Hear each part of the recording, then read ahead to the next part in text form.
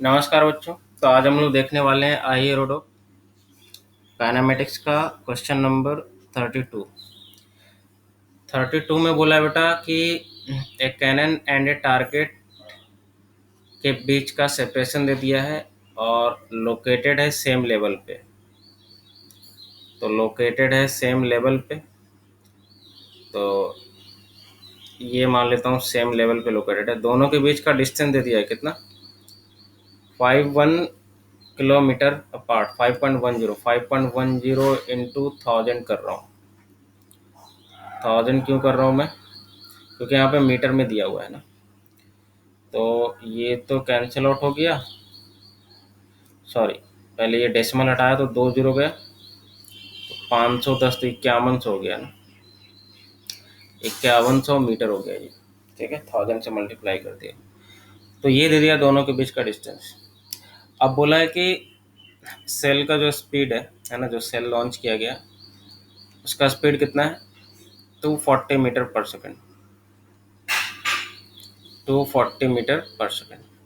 तो ऑब्वियसली अब ये अगर यहाँ पे टकराना है तो आप जानते हैं यहाँ पे दो पॉसिबिलिटी होती है। एक तो थीटा पे होती है, रेंज सेम होता है। एक तो थीटा पे रेंज सेम होता है और एक 90 माइनस थीटा पे रेंज सेम होता है। ठीक है, तो एक तो आप क्या क्या कर सकते हो, सबसे पहले तो क्या करो, टाइम टाइम आपको बताना, how soon will the shell launched, है ना, विद द इनिशियल वेलोसिटी इतना to reach the target. Target में कितनी देर तक पहुंचेगा। तो एक तो तुम्हें टाइम बताना है ना सबसे पहले। तो टाइम क्या हो जाएगा बेटा, एक तो तुम बता सकते हो simply 2u sine theta upon g. Theta यहाँ पे वैल्यू निकाल सकते हो पहले, u गिवन है 240, जी की वैल्यू 10 रख लो। थीटा कैसे निकालोगे, ये r से निकाल लो, r तो गिवन है ना, तो r इक्वल टू क्या होगा, u square sine 2 theta upon g. r की वैल्यू रखो, u की वैल्यू रखो, g की वैल्यू रखो, थीटा निकल जाएगा। तो एक थीटा निकल जाएगा, उस पर निकाल लो t, और फिर 90 माइनस थीटा भी रख लो और उस पर भी टी निकाल लो, मतलब इनडायरेक्टली कॉस थीटा रख लो और फिर निकाल लो। तो एक तो इससे सिंपल कर सकते हो, या हम सेकंड मेथड से कर रहे हैं। हालांकि ये वाला मेथड सबसे आसान होता है in general, but second method भी देखते हैं कैसे करते हैं। इसमें 2 बार अप्लाई करना पड़ेगा आपको, उसमें एक ही बार में आ सकता है। तो हम लोग क्या कर रहे हैं यहाँ पे कि ये हो गया पॉइंट ए एंड बी हो गया, दोनों के बीच का सेपरेशन कितना हो गया, 5100 मीटर। पार्टिकल को प्रोजेक्ट किया गया मान लो 240 मीटर पर सेकंड से। ठीक है, तो वेक्टर मेथड से हम लोग कर रहे हैं। वेक्टर मेथड से कैसे करेंगे, ये मुझे पता है कि एस इक्वल टू क्या होगा, आर इक्वल टू क्या होगा बताओ। एस तक जाना है मतलब आर तक जाना है, तो U T plus half A T square है ना। मतलब एक तो you vector into T plus half into A vector into T square. अब ये तो पता है कि एक्सेलरेशन हमेशा डाउनवर्ड है, तो यहाँ पे पॉइंट बी पे पहुंचने के लिए दूसरा वाला वेक्टर का तो लोकेशन मुझे पता चल गया ये है, और पहले वाले वेक्टर का लोकेशन भी पता चल गया कि ये डायरेक्शन मतलब है ना, ये इस तरह से ये एंगल होगा कुछ ना कुछ थीटा। ठीक है, तो इसका मतलब ये हुआ कि 240 इंटू टी इस डायरेक्शन में होगा, ये पूरा यहाँ से यहाँ, एंड एक वेक्टर ये वाला होगा। ये वाला कौन सा वेक्टर होगा, तो ये हाफ जी टी स्क्वायर वाला। ठीक है, तो ये यहाँ पे पहुंच गया, सिंपल है। अब तुम्हें इसको सॉल्व कर लेना, ये सिंपल एक ट्रिग्नोमेट्री है। ये 3 साइड का लेंथ पता है, ये 90 डिग्री है। तो तुम क्या लगाओगे, दिस का स्क्वायर इक्वल टू दिस का स्क्वायर प्लस दिस का स्क्वायर, तो टाइम की 2 वैल्यू आ जाएगी इससे भी। ठीक है, तो इसको सॉल्व करता हूँ मैं, देखता हूँ इसको कैसे करेंगे। वो ऊपर वाला तो हालांकि ऊपर वाला ही ज़्यादा प्रेफरेबल है, लेकिन इससे भी आप किया जा सकता है। अभी के लिए थोड़ा लेंदी आ सकता है। तो आप क्या करोगे, सिंपली हाइपोटेनस का स्क्वायर इक्वल टू क्या होना चाहिए, बेस का स्क्वायर प्लस परपेंडिकुलर का स्क्वायर, ये हो जाएगा 5, है ना, ये हो जाएगा कितना 5। तो 5t स्क्वायर, 5t स्क्वायर का स्क्वायर करोगे तो चलो ऐसे ही रख लेना, 5t² का स्क्वायर। ठीक है, अब तो कैलकुलेटर का हेल्प लेना पड़ेगा। अच्छा, यहाँ पे मैं कुछ और मान लेता हूँ, है ना, क्योंकि यहाँ पे t⁴ आ जाएगा। तो मैं क्या मान लेता हूँ, t² इक्वल टू टी मान लेता हूँ। ठीक है, स्मॉल टी, दोनों टाइम ही है, कोई दिक्कत नहीं, ये टाइम का स्क्वायर हो जाएगा। ठीक है, तो 240 का स्क्वायर, कैलकुलेटर का हेल्प लेना ही पड़ेगा क्योंकि कैलकुलेशन ही थोड़ा ऐसा है इसमें। 240 का स्क्वायर लगभग शायद 576 आना चाहिए, 576 है ना।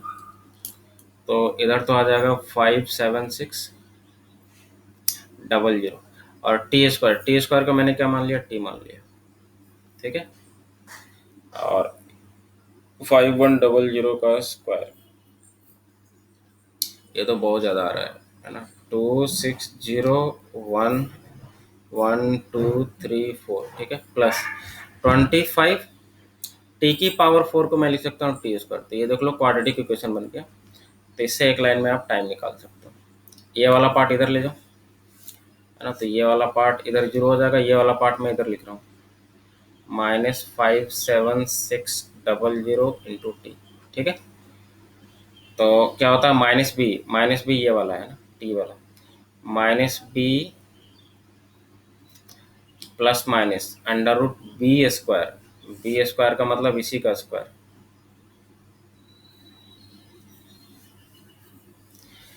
b² -4ac, -4 एक जगह पे 25 है, और c मतलब कांस्टेंट की जगह पे ये वाला है।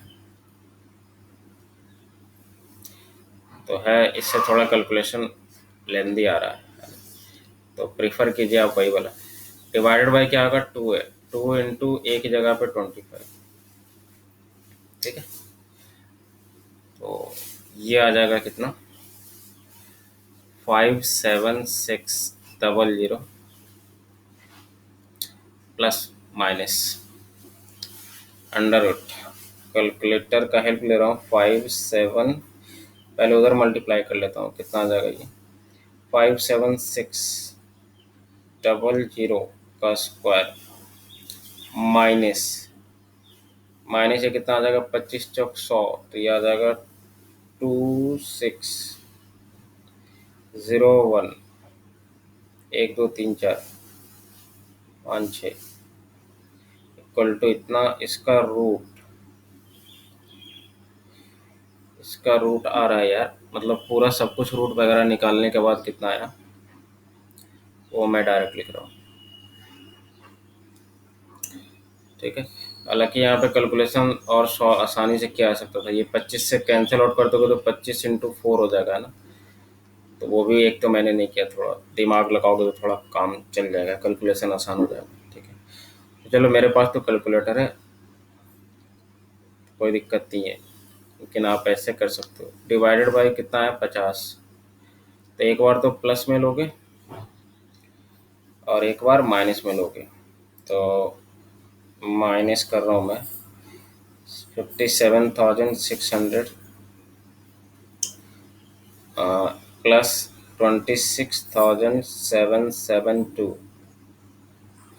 डिवाइडेड बाई 50, तो यार 1687 लगभग, जब प्लस करके लिया तो, और माइनस करके लूँगा तो 57600 माइनस 26772 डिवाइडेड बाई 50, ये आ रहा है 616 के लगभग।